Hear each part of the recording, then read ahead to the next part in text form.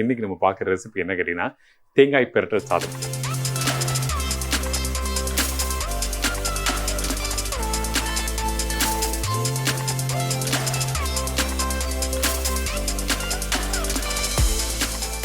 அதாவது நம்ம வீட்டில் சின்ன பிள்ளைங்களா இருக்கும்போது எங்கள் வீட்டில் என்ன பண்ணுவோம்னா, பிள்ளைங்க கொஞ்சம் வெயிட் பண்ணணும், நல்லா ப்ரோட்டீனாக சாப்பிட்ணும்னு சொல்லிட்டு இந்த தேங்காய் இருக்குல்ல, அந்த தேங்காய் லைட்டாக வறுத்துட்டு அதுக்கப்புறம் இந்த முட்டை, வெங்காயம், தக்காளி கொஞ்சம் வாசத்துக்காக சிக்கன் மசாலா போட்டு பேட்டி கொடுப்பாங்க. சின்ன வயசில் பசங்களுக்கு வாசமாக கொடுத்தா தான் சாப்பிட பிடிக்கும்னு சொல்லிட்டு அப்படி பண்ணுவாங்க.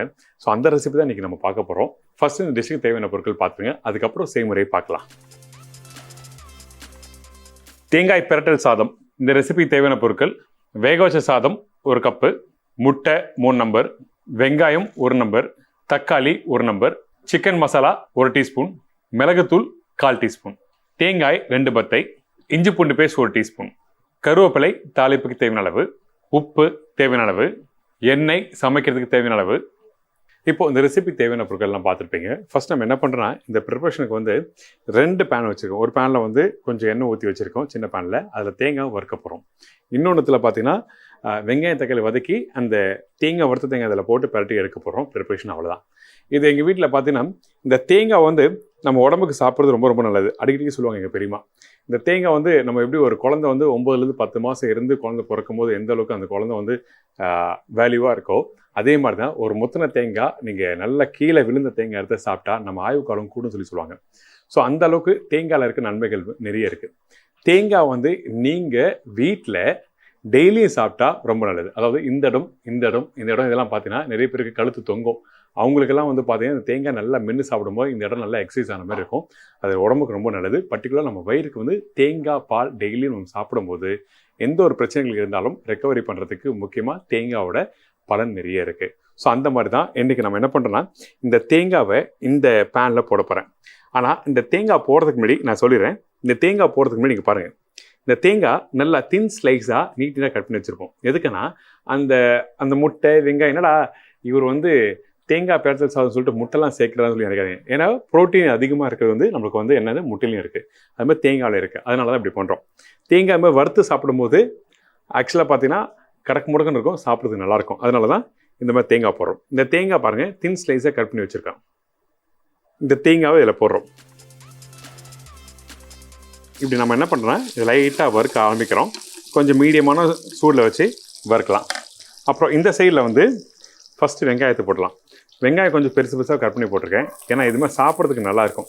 நல்லா ஃபைனாக பொடிசாக கட் பண்ணிவிட்டு அதுக்கப்புறம் அதை தொக்குமாக ரெடி பண்ணிவிட்டு அதுக்கப்புறம் சாப்பிட்டுன்னா நீங்கள் மசாலா ரைஸ் சாப்பிட்ற மாதிரி ஃபீல் இருக்கும். அதனால தான் வெங்காயத்தை இந்த மாதிரி பெருசாக கட் பண்ணி போட்டிருக்கேன்.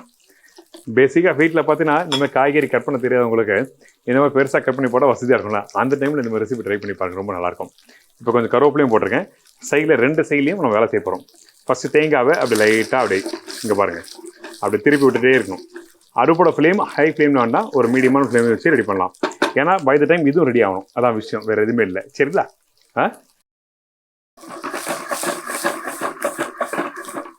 அடுத்தது இந்த தக்காளி போடுறேன். தக்காளி வாசத்துக்காக சிக்கன் மசாலா. எதுக்காக சிக்கன் மசாலானா, நம்ம சாப்பிடும்போது கொஞ்சம் அந்த மசாலா தன்மை, நம்ம எல்லாமே பிரியாணி சாப்பிட்டு பழகிருப்பீங்க, அந்த டைமில் இந்த மாதிரி சிக்கன் மசாலா இருந்தால் ரொம்ப நல்லாயிருக்கும். இதுக்கப்புறம் இஞ்சி பூண்டு பேஸ்ட்டு, இதோட கொஞ்சமாக உப்பு. இந்த வெங்காயம் தக்காளியும் நல்லா வதக்காதீங்க, திருப்பி சொல்கிறேன். இது நல்லா முழுசாக தெரியணும், அப்போ தான் சாப்பிடும்போது நல்லாயிருக்கும். முழுசாக இல்லைன்னா கண்டிப்பாக நீங்கள் மென்று சாப்பிடும்போது வெறும் முட்டையும் இந்த தேங்காயும் ரைஸும் சாப்பிட்ற மாதிரி ஆகிடும். அதனால் அந்த முழுசாக இருந்தால் ரொம்ப நல்லாயிருக்கும். இப்போ கொஞ்சமாக தண்ணி,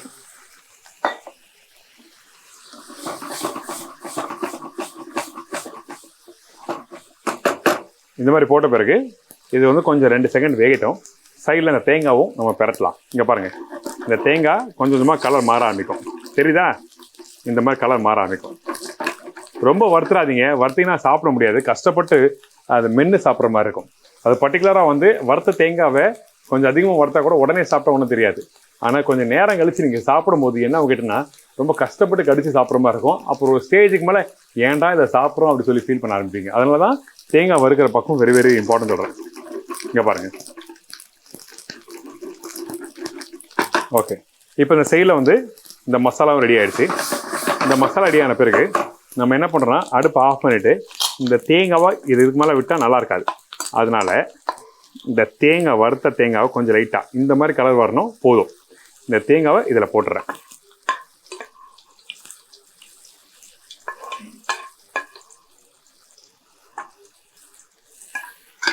இதுக்கப்புறம் இந்த தேங்காவும் இந்த மசாலாவும் சேர்த்து இப்படி மிக்ஸ் பண்ணுறோம். மிக்ஸ் பண்ணிவிட்டு தண்ணி வேண்டாம் சரிங்களா. ஃபஸ்ட்டு நம்ம என்ன பண்ணுறோம், இந்த முட்டையை உடச்சி இதில் போடுறேன்.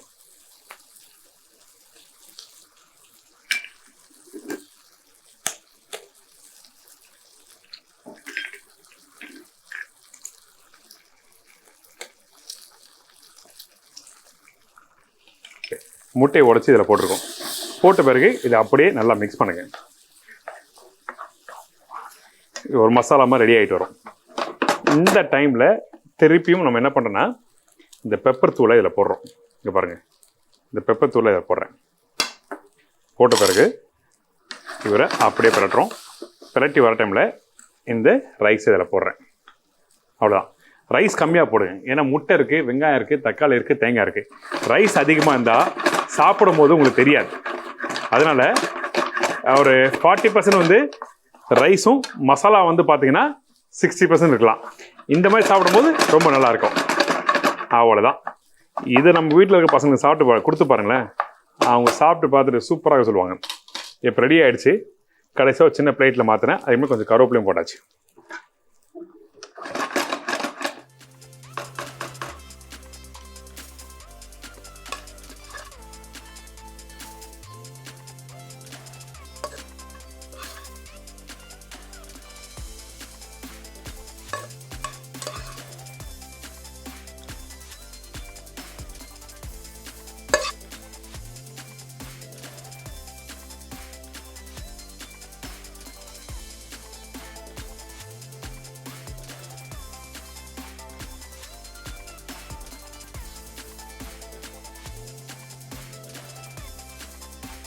அவ்வளோதாங்க.